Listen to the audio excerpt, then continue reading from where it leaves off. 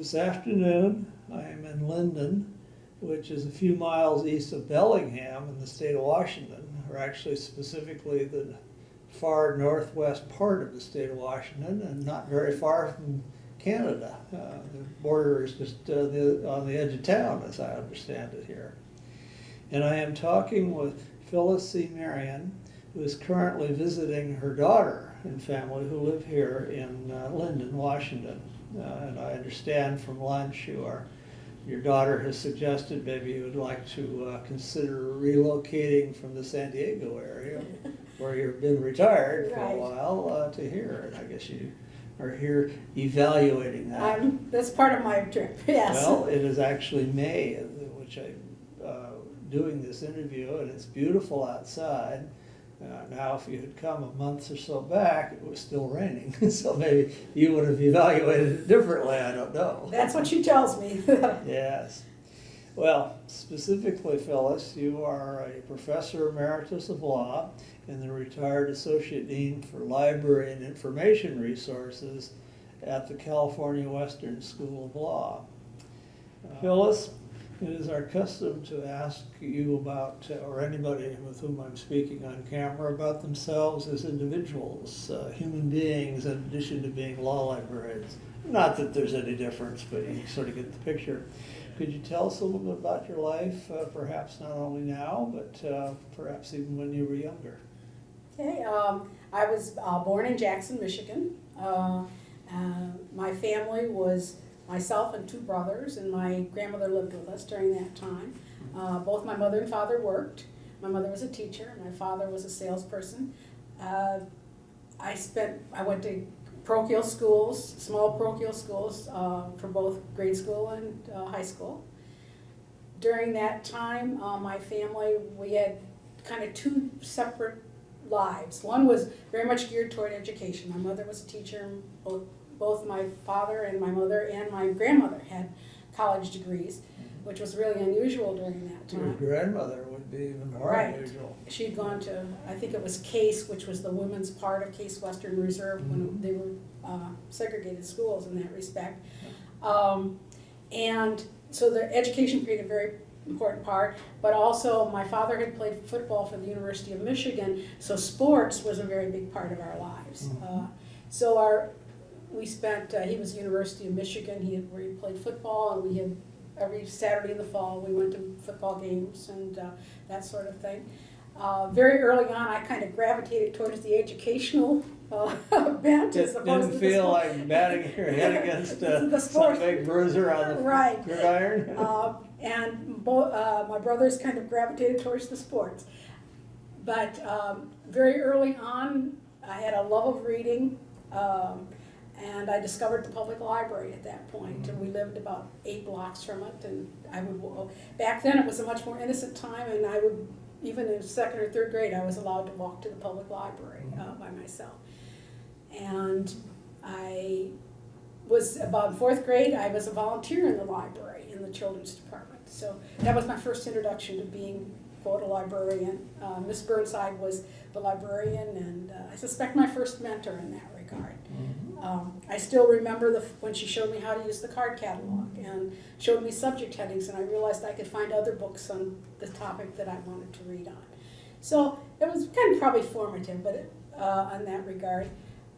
During that time I also did some amateur theater type, I did local theater. So that was pretty much my life during that period of time. Then when I got to high school and started to work, my first job was in a retail store, working for a friend of my mother's husband, and he ran a small 5 and 10 cent store.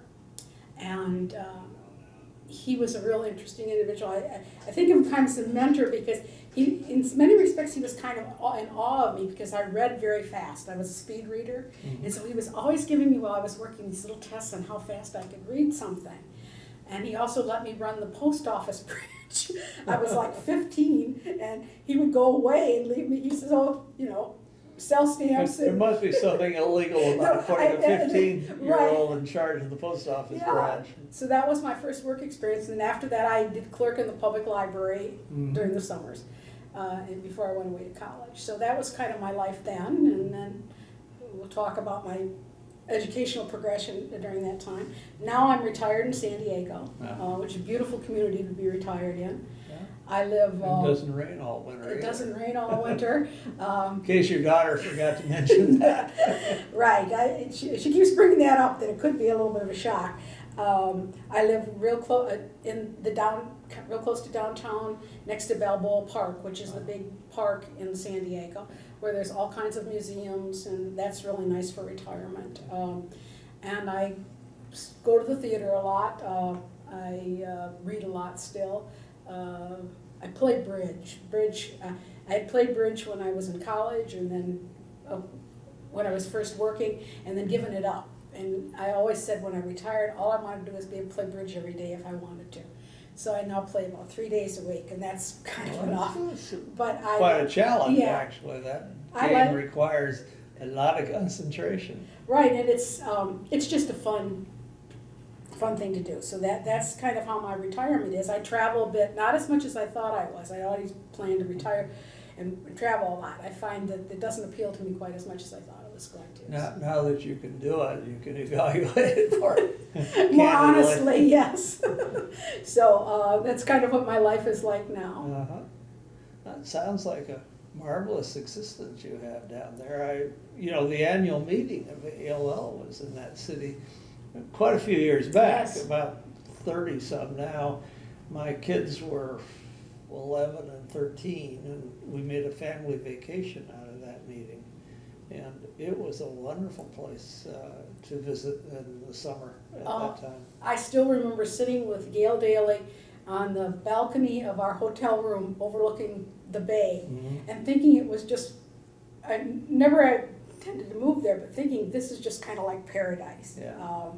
And I remember Kathy Price feeding Shamu the whale, at the park at SeaWorld as part of our festivities. But I remember that meeting well. Yeah. Well, we talked as a family about possibly when my now late wife Carol and I retired, that might be where we would go. And as it turned out over the years, we decided on another place, but through several in between spots. But but it would have been nice, a nice part of the country to. It is. To It's a live in, beautiful we part of thought. the country. Yeah. Of course, we were fortunate. We were near enough to the ocean that it wasn't blisteringly hot where we were, but you go inland a little bit and it did get warm. Well, that is the one thing about San Diego. We're caught between the mountains, which actually get very cold, and the desert, which gets very, very hot. Yeah. So. Well, it's an interesting part of the country. So, well, despite your daughter's suggestions, you'll have to evaluate things very carefully. Oh, subject to evaluation, yes. Unless you want to be what we call a snowbird. Right, that's true. It seems kind of strange to be a snowbird, though, coming from this area, which is not that winter. Coming from Minnesota, it would have been different. So. Yeah, Minnesota or New England or some of Yeah, those right. places. A lot of those folks who are retired do like to go south for the winter Right. at least. Yes. Well, let me ask, you've mentioned you're playing cards, bridge. Do you have any other hobbies or special passions that occupy part of your time these days? Bridge is probably my biggest hobby. I do belong to some book groups, so that controls a little bit of my reading, but then I do a lot of other reading. I do a lot of volunteer work. I volunteer 2 places in particular. I volunteer at the San Diego Historical Society, and I'm indexing some court papers from the early 20th century. And that kind of makes use of my law background and my cataloging background. So it's that's kind of an interesting project for me. The other thing I do is I'm very active in the Friends of the San Diego Public Library. I'm on the board of directors for the citywide system, but I'm also president of our local branch chapter. And that keeps me very busy right now because we're building a new branch library. And I really enjoy that work. I believe I believe in education as a whole, but I really believe in public libraries. And I like being able to do that work. Well, maybe as you just mentioned that, and earlier you mentioned your background when you were young in libraries, I should probably acknowledge the fact that we are actually sitting in a room at the Linden, Washington Public Library We are. downtown. And it's a very nice facility. It's a beautiful, not very small, it's really quite a good Quite sized large, library for yeah. a small town like this. Yeah, and fairly heavily used, I suspect. It Yes. looked like it when we walked in. But, Right. you know, it's the middle of the day now, but still there were a lot of people out there. Yeah, it's a real nice place. Well, maybe we should begin to change our focus to your career. And in preparation for that, can I ask you about your degrees? I know you have 3. I have 3 degrees. I went to Michigan State and got my BA in English. I started out in biology and then changed to anthropology and then ended up in English. My dad let me go there even though he was a University of Michigan graduate. He was very forgiving about that. I must mention my dad was always very supportive of me, and I think that that's one of the reasons why I had a successful career. He always told me I could be anything I wanted to be except a football player. He drew the line at a football player. He was a football player. He was a football player, but he didn't. And your brother is aspired to that. Yes. So he always told me, you know, you can be anything. So then after Michigan State, I went right to University of Chicago for library school and got a master's in library science. University of Chicago unfortunately doesn't have a library school anymore, but at that time it had a 2-year program. It was one of the few library schools where you had to go for 2 years. Yeah. Most of them were like a year, or maybe a year and A an quarter extra or term or something. Right, a work term or something like that, but you Yeah. go in for 2 years. The interesting thing about Chicago at that time is the dean was actually a physicist Oh, And he from would- the library school? from the library school. And he was very interested in computerizing libraries. And so we spent a great, I even had to do punch cards. We had, one of our projects is we had to punch card a circulation system. And so it was kind of a real early introduction to the use of computers in libraries. And That would be pretty early on, because punch cards are a long relic of the past. right, this Now, was in the today's late 1960s. colleagues are not gonna have any idea really too much about what they were or how problematic We had to go to a lab and put punches to in get cards. all the right places punched. You did, and then you had to, he would run the program and make sure that it, he had some very strange ideas about how public libraries really work, or, we did it for a public library. Uh-huh. And he had some strange ideas about how they actually worked, but it was an interesting experience. And some of the students had a really hard time getting through that project. Well, I'm not surprised. My late wife had to use punch cards for her dissertation when she got her PhD. And she spent many a night down there until she finally got the, as she called it, the deck to work. Yeah, that's what we had She to got do. all the corrections made and the punches. Right. So it was, I loved the University of Chicago a lot. It was a very nice place to go to school. We wrote, like everyone else, we wrote a master's thesis, but it had to go through the dissertation office. It wasn't just through the school, and that was, for all of us, kind of an interesting experience. So if I looked you up on the internet today, would that pop up? I don't know if it would or not. I've never done it. A lot of them are. I will tell you, it's in children's literature, which, Well, as opposed to anything I that's an ended up interesting doing. choice, Yeah. because I noticed your first job out of library school was on the campus, but at the law library. Right. You were a cataloger. So, yeah. You want to talk a little bit about that? Right. Actually, when I went down there, that was a time when it was graduate school was paying for graduate school was not as difficult because there were I think the National Science Foundation grants and scholarships, and I got a grant to go to library school, so I didn't have to pay tuition. They paid all my tuition, plus I got a living stipend. My husband and I used to say that it was the most affluent time of our entire careers because he was on the GI Bill and I was on a grant, and we didn't pay tax. I mean, it was just a real interesting That's time. right. In those days, tuition remission, even at the graduate level, was tax-free. It was tax-free, and so it was like, it was really not like people going to school today when they are taking out loans. We had a fairly good living situation, but I still wanted to work. I had worked all through when I went to Michigan State, my dad told me that that was his responsibility and I didn't have to work, and I got a little bit bored, and I said, can I work in the library? And he thought, well, okay, she can work in the library. So I worked all that time. And at that time, library school students got first choice of the jobs in the library. And so there were a couple open, and I decided the one that appealed to me the most was in the law library. Mainly because I already knew I was interested in cataloging and classification. I really enjoyed that my first semester, and it really intrigued me, and it was a cataloging job.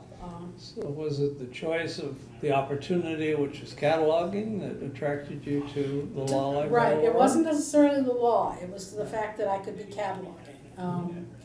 And my first job was helping Elizabeth Bennion do the last draft of her classification scheme. And at that time, that was the classification scheme used for most law libraries in the academic law libraries in the United States. Right, the Library of Congress was, shall we say, slow in coming out with their Yes, they had not yet schedules. come out with their law, even the first one, the Anglo-American law one wasn't even out. And so she would sit there and read, and most people probably don't remember Miss Bennion. She was just close to retirement at that time, but she had this very high, kind of squeaky voice.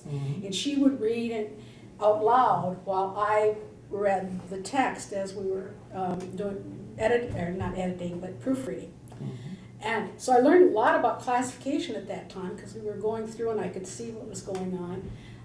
So that was a real interesting experience. And the other time when I was working, I would also be clerking in the cataloging department. Well, it's customary for me to kind of follow up around the time we talk about getting into our field and into your first job. If you have any, you already mentioned one possibility of a mentor, but do you have any mentors you'd like to mention, or maybe more than one? Well, I have more than one. I suspect Elizabeth Bennion certainly was one. She told me I was Doesn't doing surprise me from what you'd said about her. she said I What was I'd doing heard a good about job. But also at the same time, Leon Liddell was head of the library at the University of Chicago at that time, and he was I think he was from Texas, but he was a very courtly Southern gentleman. Yeah. And he kind of took an interest in me, and he would occasionally call me in the office to talk and tell me that I really needed to go into being a law librarian. And he would call me, he would say, how are my crown jewels? And that made me feel good. I mean, it was just a kind of an affirmation about this might be a good profession to be in. And then as I got through my career, I had other mentors. I was fortunate to work for George Grossman and Kathy Price at the University of Minnesota. George introduced me to the pleasures of building law libraries. We did one there, and I've always liked that part. Kathy was very supportive of my career, my professional career outside of the library. And both of them. This was Kathy Price. Kathy Price, yes. And so she encouraged me to be to service to the profession, but both of them also kind of let me run my own shop. They both were interested in tech services and respected it, and gave me the opportunity to do a lot of different things. Yeah. I've always believed that that's the mark of a true leader, is to empower the people, under your jurisdiction, shall we say, or your supervision, to do what they're really good at. I think that was true of them. Then Matt Downs and Ann Bateson got me to William Mitchell through sheer bullying the administration over there. And we can talk about that later when we talk about when I was at William Mitchell. And then I also think Steve Smith, who was the dean at California Western School of Law while I was there, and he really taught me what it was like and helped me and gave me all the advice I needed about being a faculty member and faculty commitments and administrative commitments. He was very good at that. And that was kind of I had never been in that situation before. And it was really different than being the director of a department, the administrative work and stuff I had been done, about being a colleague in that sense. And so I always think of him as being a mentor. Well, you already sort of mentioned that you had someone kind of recruiting you or pushing you or urging you to become a law librarian as opposed to, some other type of librarian, a cataloger or whatever. And that was Leon Liddell. See, he started it, he certainly made law libraries, the one I was working in, be a very nice place to work. Mm-hmm. Also, I was interested in the law. I mean, I found it to be particularly once I learned the classification, it was like learning about how the law worked in many respects. And I really thought that would be a good idea. And Leon actually, when I started work there as a cataloger, when I was finishing library school, it was my first job, he let me go to the annual meeting right at the beginning. That was not that common in those days. Often the directors or the head librarians would go, maybe a chief assistant, but it Right. wasn't that everybody went. Yeah, and he would say, why don't you go and learn what it's more about. So I think that was probably the impetus to say this is the part of the, because I could have gone and done classification in any kind, in Yeah. cataloging in almost any library, but he just made it seem like a good profession. Yeah. Did anyone else play a sort of a supplemental role in helping to entice you to become a law librarian, or was it basically just Leon? Well, I really think that when I got to, after I left Chicago and went up to Minnesota, I think that both, probably George convinced me that I'd made the right decision to take that career path, because I was still at the point where I was relatively new. I could have gone to the main library.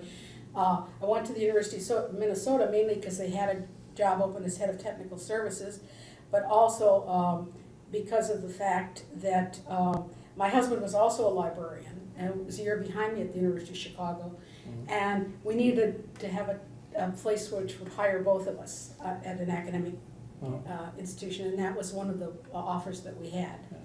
Well, you were there, according to my notes, from 1970 to 73, as sort of the head cataloger. Head cataloger. And then you were head of technical services for actually about 10 years, I'm guessing. And then you became associate director for 82 to 84. Right.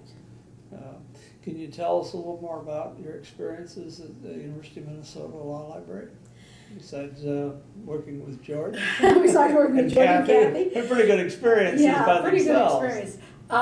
Well, actually, it was a fascinating time to be part of law libraries. It was a transitional period from mainly with technology. From the standpoint of tech services, we put in OCLC, then we changed to Arlen. We put in the innovative serials module. We automated with the University of Minnesota system, so there was that going on. At the same time, Westlaw and Lexis were getting started. That's right. So that was a fascinating time. It was a fascinating time professionally for me at the same time, because we were reclassifying the library, because the Library of Congress finally was starting to work on its schedules and came out with the American Law Schedule. So we were doing that. And they were writing new cataloging rules. So I had all kinds of opportunities to be professionally active in something I really loved doing. And then also I had the opportunity, once I was head of technical services, then Kathy wanted me to be associate director, and I kind of changed, and I got to learn about personnel and budgeting, which is something I never had to do before. All the bad stuff of being the head person, huh? Yeah, right. And so it was a real growth experience in that regard, because I managed a huge budget, and I managed a very large staff from the personnel standpoint. So I remember that as being a time, probably one of the 2 or 3 most fulfilling times in my career. There was just so much to do. Well, you were working on your law degree about that time, too. Well, as I got done at the University of Minnesota, I realized Kathy, and I talked to Lolly Gassaway and Sally Wyant and to George again, that if I wanted to be a director, I had always thought maybe I could be a director without getting a law degree. And they just said, that's just not going to happen. I mean, They were pretty much right, although I know of one prime exception. Somebody who has a library degree who was a director for many years at two very prestigious places. There's always an exception. There's always an exception, but they point And she out, was good from everything I knew, too. well, and you know, it might have happened. I mean, I might have been able to luck into it. But they said if that's what you really want to do, then you really need to go to library or law school. Yeah, well, I think the advice would be the right one to get too, because that was the norm Right. in that era, and still pretty much is, I believe. I would think so, you know. Well, in 1984, according to, again, my notes, you left the University of Minnesota and moved across town a little bit to William Mitchell Law School as Assistant Director for Bibliographic Control. And you were in that position until 1991. And then moved up with your law degree in hand at that point to the position of Associate Director and Head of Public Services, and were there until 1995. Right. You've already mentioned that somebody did wonders to get you, force them to get you a position or something. Yeah, well, I was active in the Minnesota Association of Law Libraries, and I guess I probably began to talk about the fact that I was thinking of going to law school. Mm-hmm. And they didn't have that position at William Mitchell, and so Ann and Matt decided they'd have the position, and wouldn't it be nice if they could get me to come? Mm-hmm. And I had been talking to the University of Minnesota about the possibility of going to law school and continuing to work, and they didn't have a night program, they didn't have a part-time program, and it just wasn't going to work out at that particular time. So Matt and Ann said, well, you know, I'll bet you if you came over here, we could get you a pretty good deal. And it turned out they could. They got me the position. The school gave me, as part of my salary package, they remitted the tuition, so I didn't have to pay tuition to law school. They also said part of your salary, you didn't have to pay income tax. Until Then it changed. it someplace changed along towards I think the last year I was there, I had to pay taxes. Yeah, and you were probably incensed. But Yeah, you well, paid. but I figured, but at that time. Since you became a member of the bar instead of a jailbird, Yeah. I guess you Well, paid. I must have paid them. Plus, they said they would give me the flexibility. I would go to night school, Uh-huh. but if I wanted to take a class during the day and I had to prepare for exams or something like that, there was a flexibility of scheduling. So that seemed like a perfect move for me. I was, was doing the work I liked. They were putting in innovative. They were also reclassifying. It was things I had done and was interested in doing at that time. So it seemed like the perfect opportunity to go to law school. Well, you were really still in the ground level of all the new automated systems coming in with innovative interfaces. It was the entire system, I said. Right, by that time was the doing cataloging, circulation, the whole works. Yeah, so it was really a fascinating time. I did cut back on my professional commitments during those years because there was just so many hours in the day. I was raising a family. I was working and going to school. Like lots of people at William Mitchell, it was a very conducive atmosphere for that because so many of their students were part-time students who were working full-time. So, and also because I think law school, I loved law school. I think one of the reasons I liked it so much is because I knew I wasn't going to be a lawyer. So the pressure of the career of being a lawyer wasn't there. It was just I was going to law school to get a ticket. I mean, to be frank, there was a ticket I needed to have. Yeah. And so, not that I didn't take it seriously, and I did. I did well, but there wasn't the pressure of knowing that what I was doing was going to determine my career path.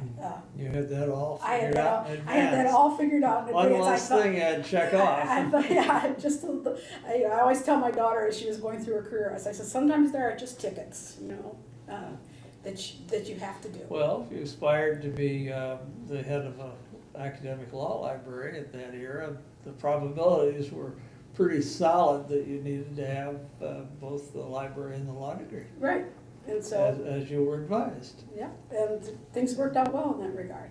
Now, I noticed you drifted appeals, at least for a short I time. did. You were clerking for the Minnesota Court of Appeals. Yes, and as I just said, I had my career path all sketched out. Then you sort of deviated or decided it would be an interesting I had credential?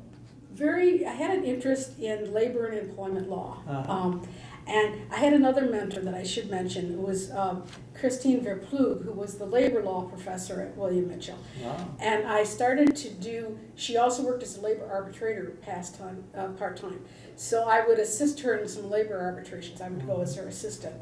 And she took a real interest in my career. And when I got towards the end, I had done well at William Mitchell. And a couple of the professors, mainly her and the professor who did employment law, said, you know, you'd be really good at employment law. They said, you really should think about the fact you have your law degree now. It's, you know, a good solid law degree. You could make, you could say in the back of your mind, well, you know, I've done all this, maybe it'd be a good thing to do. But I really still thought I wanted to be a law librarian. But they said, well, why don't you apply for a clerkship? And William Mitchell was kind enough once again to say, if you get a clerkship, we'll give you the year off, and you can try it, and you can come back if you want. And so I applied to be a law clerk, and I did get a position at the Court of Appeals as what they call staff attorney or staff clerk, which meant I wasn't assigned to a particular judge. I worked for a whole bunch of judges, or whatever judge needed the help. I knew within 6 weeks that I did not want to do.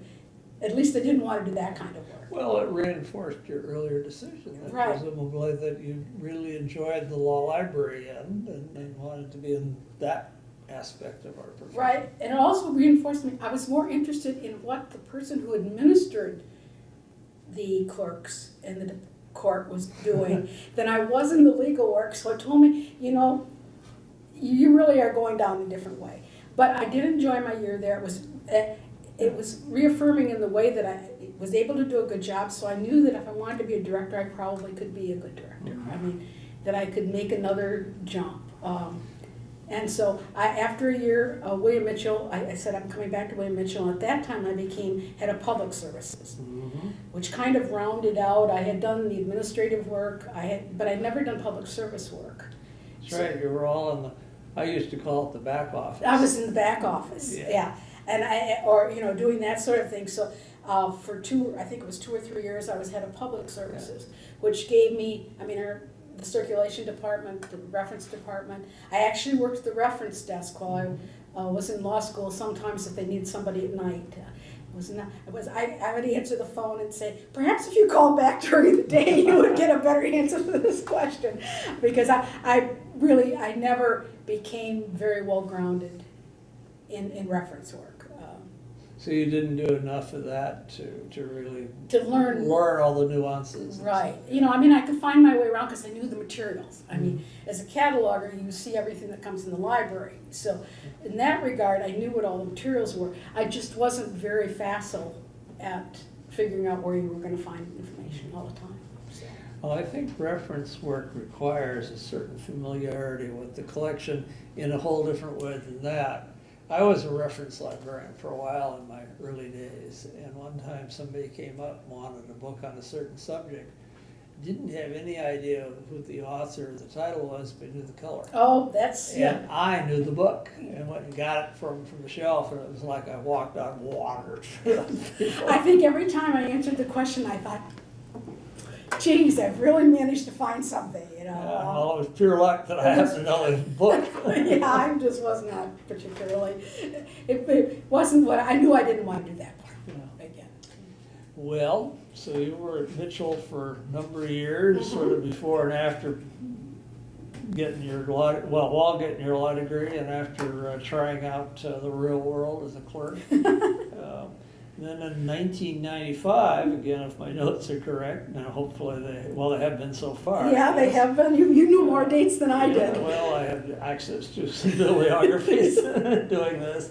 But you decided, this wasn't in the bibliography, to get away from the cold winters of Minnesota and move to the Southern California warm climate of San Diego. Yes, I had decided I wanted to be a director. So I had begun to look around, and I had applied for a couple of them that didn't and what I wanted to do, or where I wanted to be. And the one came open at the California Western School of Law. And there were some reasons, there were about, I think, 4 reasons I wanted to go there. First of all, it was a freestanding law school.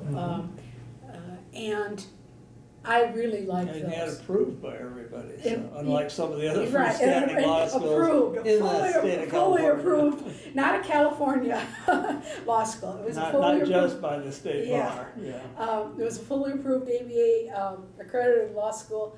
I had benefited greatly from my education at William Mitchell. I liked the educational model.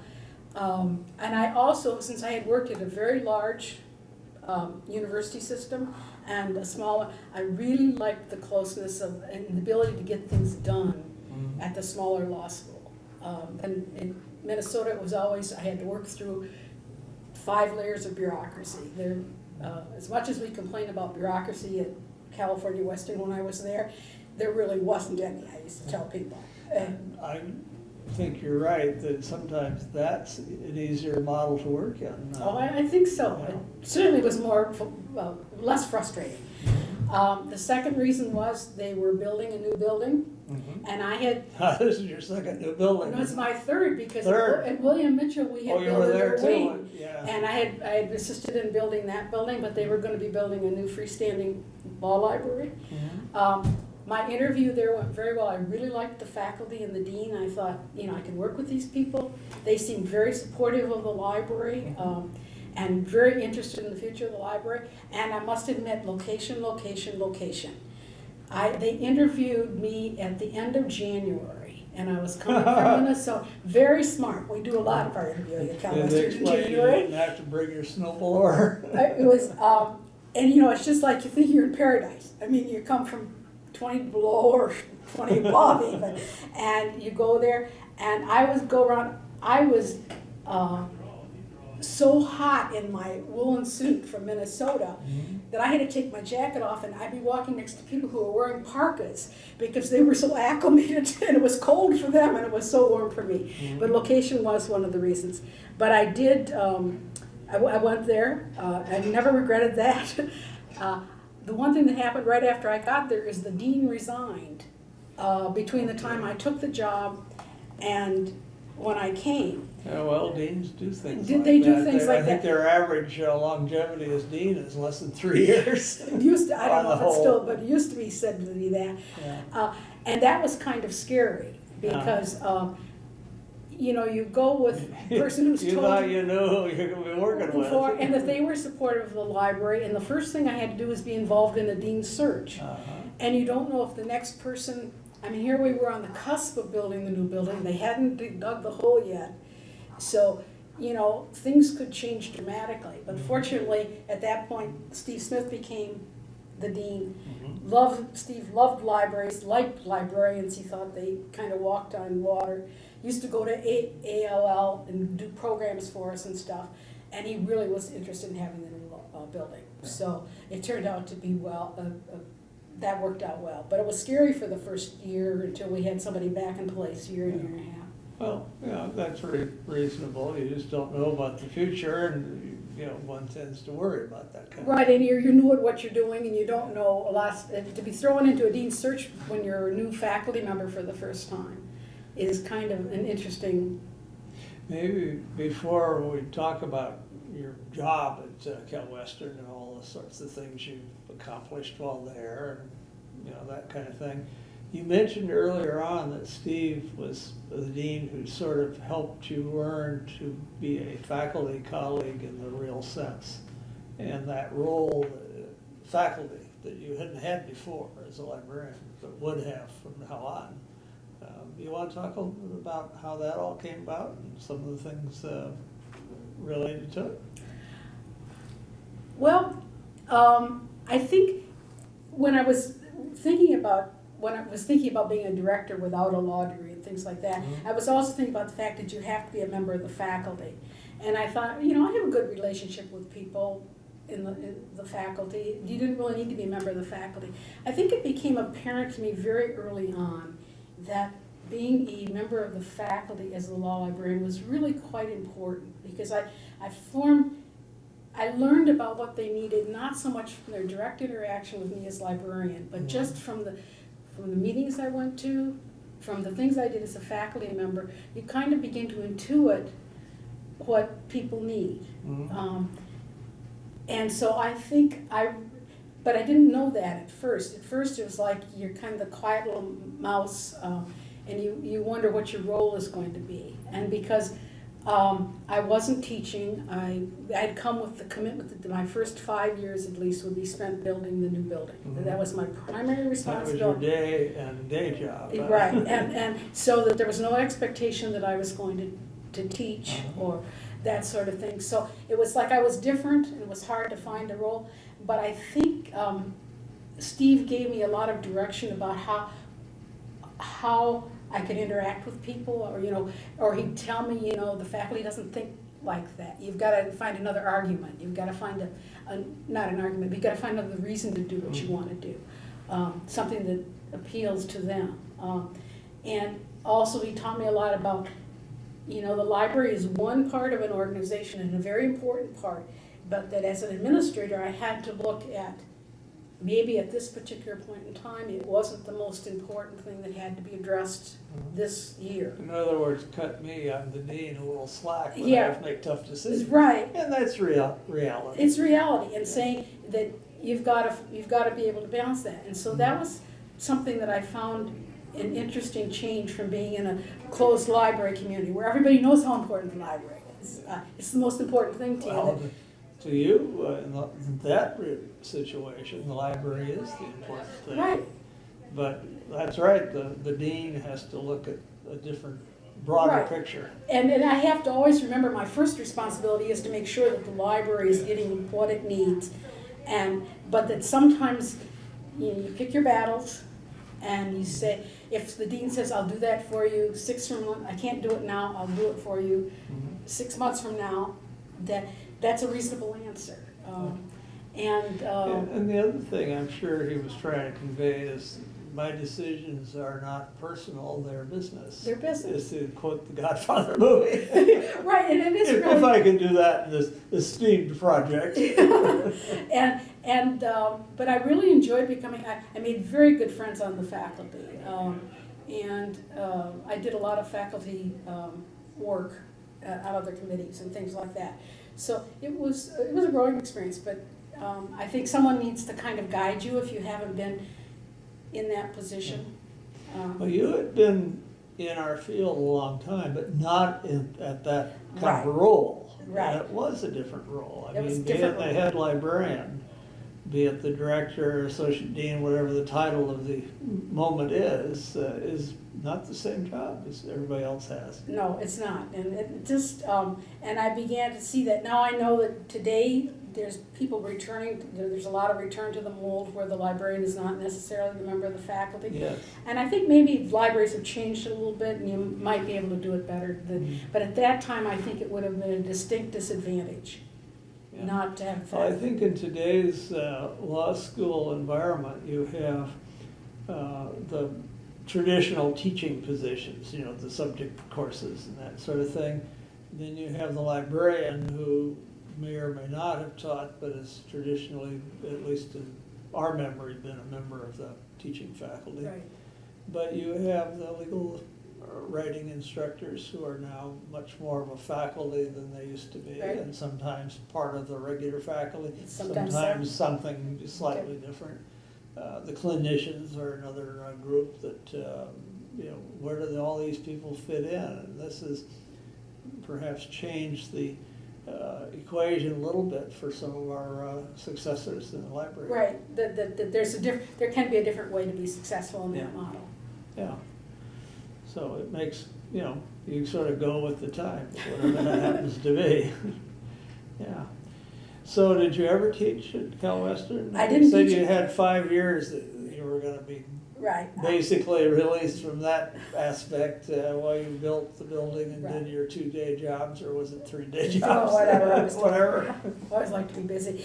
I had taught when I was at the University of Minnesota, but I had taught in the library school. I had taught cataloging and classification in the library school on a couple of occasions. But I had never taught. I didn't teach in the library in the law school at all because it wasn't the position. When I got to Cal Western, by the time I got done building the building and doing some other things, I realized that I really did not have an overwhelming subject interest that I was interested in, nor was I really qualified at all to teach legal research. I mean, I hired people who were very good at teaching legal research. Your time instead of public services didn't exactly qualify you. No, and so at California Western didn't care. I was doing other I said, I will do almost anything else you want me to do. Yeah. Is for faculty Work service. for them, work for you, so be it. Yeah, That's great. But I really,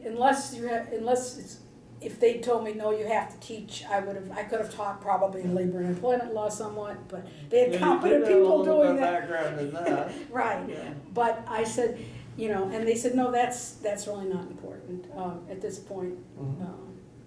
So it was different when I went to American University. The assumption was everybody on the faculty teaches something, so that was the expectation. But that worked for us, and it worked differently for you. it really did. I mean, both of us, California Western and I were in accord that didn't have to happen. So. Well, that's great. Yeah, so that worked. Yeah. Well, tell us a little bit about some of the other things you did while you were in charge of the library there over the years, and or whatever title at the moment. Whatever title. Director, Associate Dean. Like I said, I spent the first 5 years building the library. And after it opened, we began to figure out kind of what we needed to do to make adjustments and what we thought was going to work in the new library. Spent a lot of time then trying to build the staff, and because our staff had been, it was relatively good size for that kind of school, but we needed some other positions. We built the staff. So a lot of my work was administrative work and faculty work. And I had staff who did most of the work. So. That's actually, I suspect, a lot more typical than a lot of us realize. Right, that really, we did put in innovative while I was there. And completed that. We completed the reclassification project, so that was complete. So those two things were done. I also, towards the end, when my title was, the last few years was in charge of IT as well as the library. So that changed a little bit at that point. So I really think of the years after building the building as years when a lot of my work was really done on the faculty and administrative level at school. I think a lot of us who were directors or whatever, the faculty role is very important. Not necessarily as a teacher, but you're involved in governance, a broader picture. Often the dean may rely on you for expertise and some of his or her job too. I mean, you are the other major administrator. I think that's what Steve always used to say. He says librarians, head librarians, the ones he knew how to be administrators. Yeah. They knew how to budget, they knew how to do staff, they knew how to run programs. So you could always depend upon them, because you're right, the faculty member who occasionally steps into those positions, they do good jobs, but you take a faculty member who's going to be associate dean of academics for 3 years. Yeah. He knows what he wants he doesn't know much about, or she doesn't know much about running staffs, budgeting. Or certainly not at the beginning. Not at the beginning, so that they could depend on the library. Although I think my staff would probably tell you that I was a very hands-on, I don't want to say that I wasn't a hands-on librarian. I said, the one thing I hated, didn't want to hear, is I didn't want somebody to come up and mention to me, a faculty member or a staff member, something I didn't know about already. If you're doing something, if you're trying something out, or if you've had a problem, I want to make sure that you've told me and that I know about it. Not that I'm gonna tell anyone else or anything like that, or react to it particularly, but I don't want Professor so-and-so to come up and say to me, blank, and have to have a blank stare on my face, like, what? So I did do a lot of, I did a lot of budgeting at this time when I spent a lot of time doing budgeting for the library. That became a very important part. That must have been a particularly difficult undertaking, especially, say, the last few years, because legal education, the practice of law, and an awful lot of other things in our society have changed dramatically, especially starting in about 2008. Right, towards the end, there became, library education was getting very much more expensive at the same time that there were fewer people wanting to go to library school. The recession hit, and it's probably simplistic to say it was the recession. It wasn't. It was a change of a whole bunch of things. But it did become a much more difficult time to budget. At the freestanding law schools, which are so tuition dependent, and then you have to discount tuition in order to get the students at the level you want. Sure. That's balancing two things that sometimes don't balance very well. We started to put on all kinds of outside programs, non-JD programs, and for an LLM program. We did a trial, an advocacy degree for foreign lawyers that was done entirely in Spanish.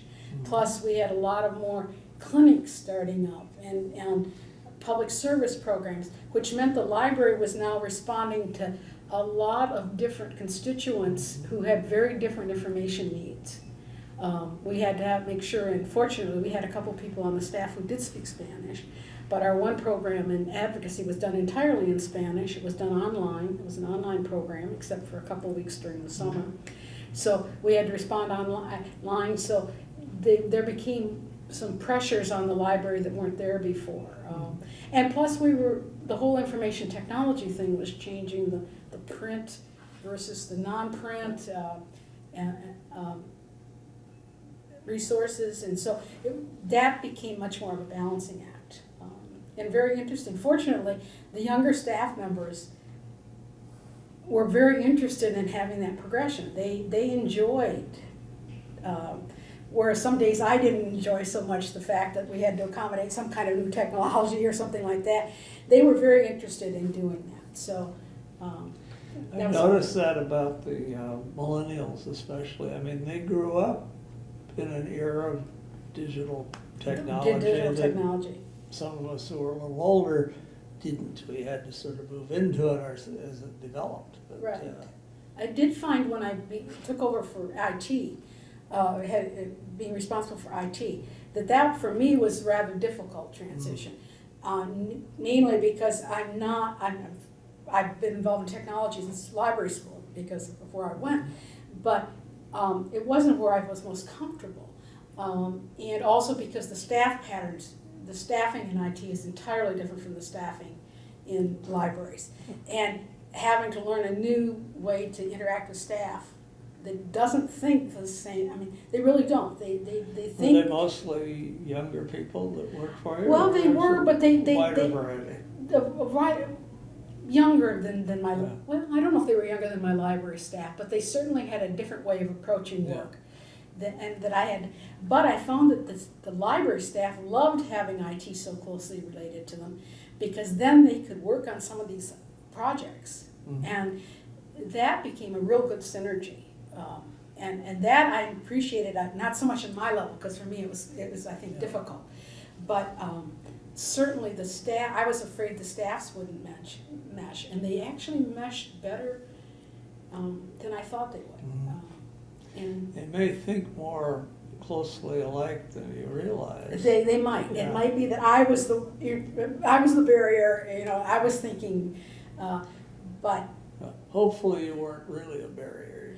No, I just worried. I probably worried about it more that I would have to do that, and also because I was in the library was a freestanding building, and my IT staff was in a different building, which meant that I saw my staff on a regular basis, informally and formally, and it was I had to work it seeing my IT staff.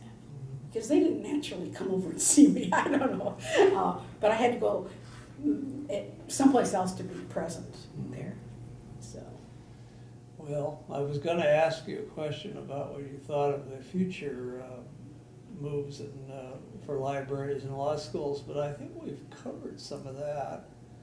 I think so. I think that the changing patterns. I think the physicality of the library is changing. Where we used to need books, we now need cooperative learning spaces, and figuring out how that works. I still think the library provides, I don't like to say a haven, but it's a safe space for students, and that we are able to react and help them in kind of a non-judgmental way. In a way, I guess they have access to an awful lot of our collections, no matter where they are. No matter where they are, that we can say. But they still want to come and sort of, I don't know, learn by having all the other fellow students around. It's a place, or something. And, or if they want some quiet space, they will have it. If they want help, they can get help. I mean, I think it's just, I think that will always remain. I don't know, I've been away now long enough that I really don't know what the day-to-day struggles are. I'm sure that there are ones that I don't know about. But I also think that librarians are uniquely positioned to be able to provide the kinds of information in the formats that people want them, and also to be able to interpret information. The internet is a marvelous tool. You can find, I mean, I go and Google things all the time, and I'm fairly sophisticated about judging the source of the material, but I make mistakes about that all the time, and I think that librarians are good at teaching people how to evaluate sources. Something you had to be able to do with books even. That's been our job, right. Or part of it. And then organizing that information. That's the one thing about that drives me insane about the internet. When I put in a search and I get 5,027 hits. Well, anybody can turn up that, all sorts of hits. Then what do you do? What do you do with it? Or knowing that the first 10 of them probably paid for that. I mean, you know. I've had a number of these sessions where the description of what we do as librarians is we're not doing the research you can do for yourself on Google or in West or Lexis. We're doing the stuff you can't do for yourself. You can't do for yourself, or telling you know, yeah, I mean, really saying, you know, you're not in the right place. You know, exactly. This website does not have, so it's interesting to see. Well, years ago when we first got Lexis, actually, we didn't even have Westlaw yet. I used to be panic-stricken when I'd see the dean coming over with some visitor and wanting me as his law librarian to demonstrate this magic box, and I learned how to do it. In fact, I think it was by one of my deputies that told me, put the dean's name in and all his stuff will come up. And he will be so enamored I can get away with it. Right. I don't think people realize, you know, we used to have dedicated boxes for everything. Oh, exactly. There was the Westlaw terminal, there was the Lexis terminal, there was the Innovac terminal, there was the OCLC terminal, and they didn't interact with each other. They didn't talk to each other. No, and people just look at you and they say, oh, you know, look at the old pictures of the big What's that telephone doing next to the screen? Well, that's the dial. You had to dial the computer mainframe, right, and then connect your receiver through the coupler. Yeah, and if the dial-up didn't work, you didn't. You know, it didn't work. It didn't Even work. if it did, it didn't do it very fast. Right. So, but yeah. Yeah. Well, maybe on that I should turn to your professional service, and I want to begin by acknowledging that about 2 years ago you were inducted into AELL's Hall of Fame, yes. Which means that you not only dabbled in professional service of various sorts, but you did it obviously very well and rather extensively over the years too. I'm very thankful for that. Yeah, well, they limit the number of inductees to only 4 or fewer a year into that Hall of Fame. Very proud of that. So it's a recognition in its own right. But would you like to talk about some of your service, perhaps to AALL, to other organizations, even to the institutions in which you've worked? This is a pretty open-ended question. Well, You can highlight what you sort of want to. okay, well, from the very beginning, as I mentioned earlier, Leon Liddell had me go to a conference. He said it's very important that you be professionally active. That was certainly reinforced by Kathy and Price and George Grossman, who were both very active members of the association. But at that time, I was very interested in cataloging and classification. So my initial work was done mainly in cataloging and classification. And I was the AALL representative to the Library of Congress's Committee on the Foreign Classification Schemes. And I was also the AALL representative of the ALA Committee on Cataloging, Description, and Access, which was writing the new cataloging rules. So that's where I really got my start in service, was doing that. I really enjoyed that. I was head of the cataloging committee at AALL, and then I became the first chair of the Technical Services SIS. So that's how I started out, and pretty much until I went to law school, that was where my activities were centered. I was very active in writing the new rules, and once the new cataloging rules were established, I taught a lot. I taught throughout the country. Not teaching in library or law school, but I was out there teaching the new rules. I was also part of a group called the Minnesota AACR2 Trainers, the Anglo-American Cataloging Rules, because we were going to the state of Minnesota. Us a bit. Yeah, it ages us a bit, yes. They were teaching the new cataloging rules to the Minnesota general library community as well as the law library. So I did that. And so that was what I did mainly. Then after I took a little hiatus when I was although I didn't stop completely because I was still doing some cataloging work while I was in law school. And then when I came out I branched out a little bit. I was a member of the education committee. I was a member of the publications committee. I'm trying to remember what else I did. I was involved in the indexing of legal periodical literature. I was chaired the committee once. I also did some stuff on the price indexing committee when we started doing the price index. So that was the main thing I did. When I was in Minnesota, I was president of the Minnesota Association of Law Libraries. And in Sandell, I came and I did some work. I didn't do a lot, which was the San Diego Association. I did do some work with them on a committee that was trying to reorganize the organization, and did that. But I did, like I said, a lot of my work was centered on the cataloging and classification, but I enjoyed the other work, doing other things besides that. For a while, I was a member of the ABA section on legal education, or what is it? Probably the section on legal education admissions to the right. bar. That's I the full did title. some work with that, and the facilities committee on the facilities those committee. buildings you were involved Yeah, in. I was sort of an actual for that, I would think. I actually did it the year we opened the new law library and the year after. So I spent a lot of that time on that, explaining to people what we had done. It was kind of like, oh, she's just built one, let's get someone on there. I did AALS, I was a delegate from the school, and served on the section on libraries. So I did that a little bit. George had thought that was a good way for me to be involved. It's also the time when I actually had the opportunity to meet more directors, because a lot of my work had been done with cataloging, classification, and tech services. So I didn't meet a whole lot of directors. This way is when I really came to know a lot of my colleagues who were directors. Was through the ABA committee and the AALS committee. Sounds like you had some interesting experiences.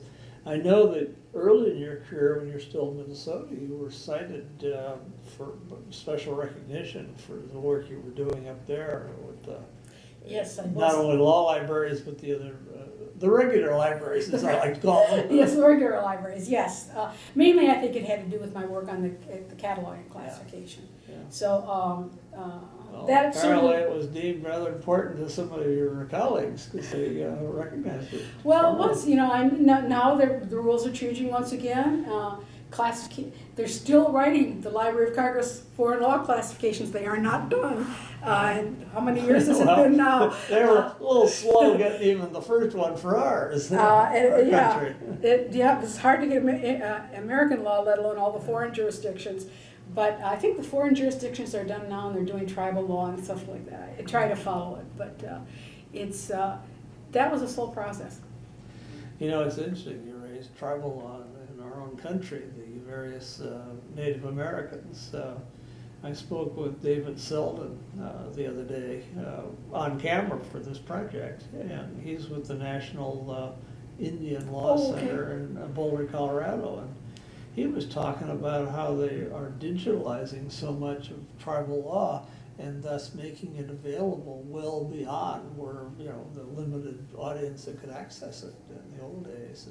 Oh, it used to be very difficult to find. I mean, people would come, you could find the Navajo code. For some reason, the Navajos wrote their code down. Mm-hmm. But I can still remember if any other jurisdiction came up, it was like, whatever.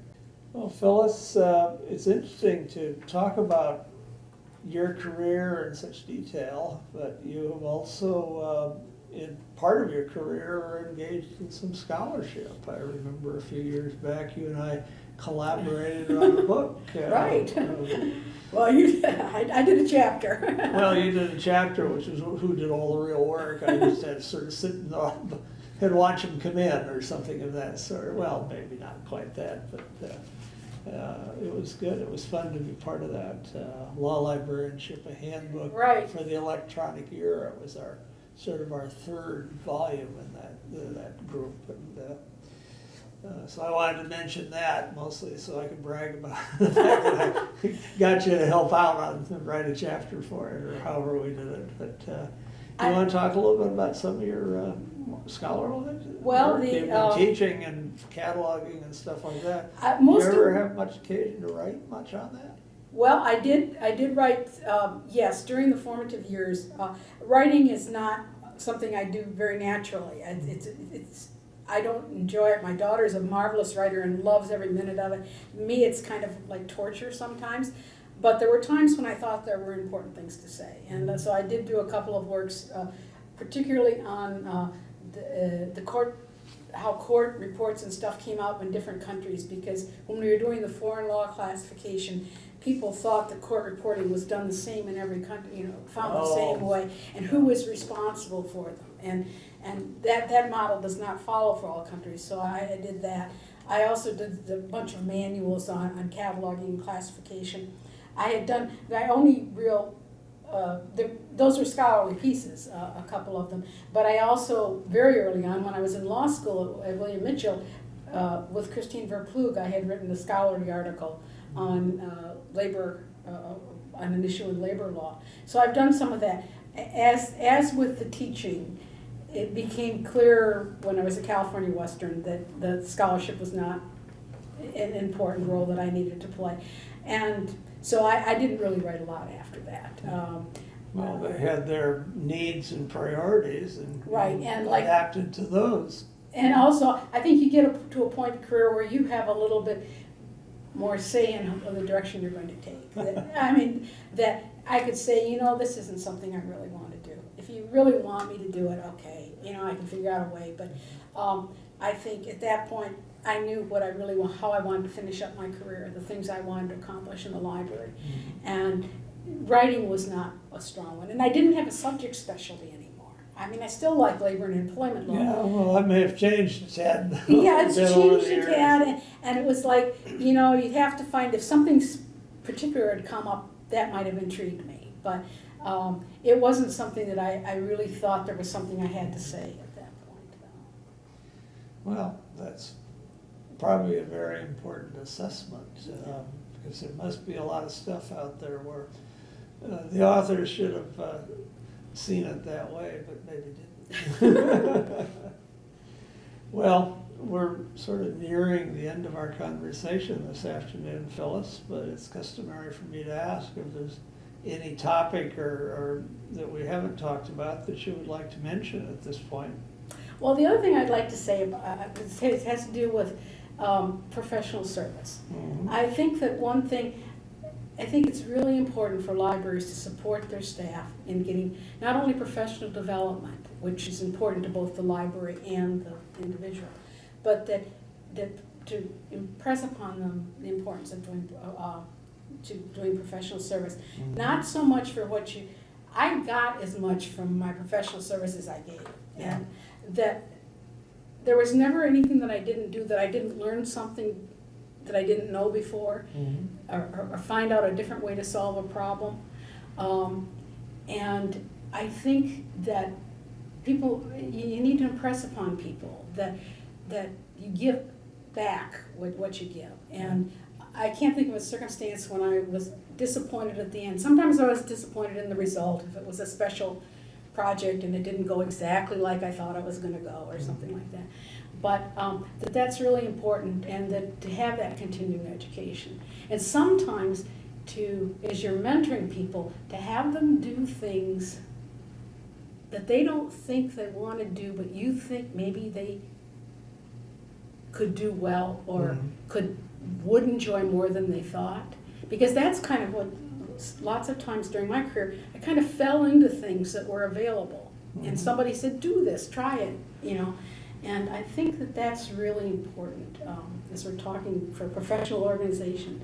And I don't know how much support people get. I know that it's become more difficult to get to conferences and things like that. But to find ways where people, and maybe it isn't even directly related to libraries, but to get the service module out. I think it's very important to be professionally in the library, but the service module is a very important part of your career growth. And people I always thought the stroking I got from people is it's so affirming, that when people say you did a good job, or your boss says, I heard from somebody who saw you at a conference, or it's good for you in that regard. So I think you're right.